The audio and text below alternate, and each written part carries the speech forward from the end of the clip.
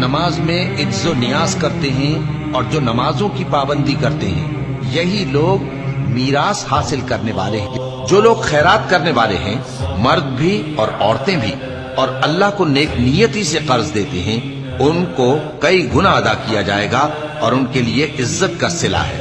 مومنو، تم پر روزے فرض کیے گئے ہیں جس طرح تم سے پہلے لوگوں پر فرض کیے گئے تھے، کہ اللہ پر اور اس کے رسول صلی اللہ علیہ وآلہ وسلم پر ایمان لاؤ اور اللہ کی راہ میں اپنے مال اور جان سے جہاد کرو۔ جو آسودگی اور تنگی میں اپنا مال اللہ کی راہ میں خرچ کرتے ہیں اور غصے کو روکتے اور لوگوں کے قصور معاف کرتے ہیں، اور اللہ نیکوکاروں کو دوست رکھتا ہے۔ مومن تو وہ ہیں جو اللہ اور اس کے رسول صلی اللہ علیہ وآلہ وسلم پر ایمان لائے پھر شک میں نہ پڑے۔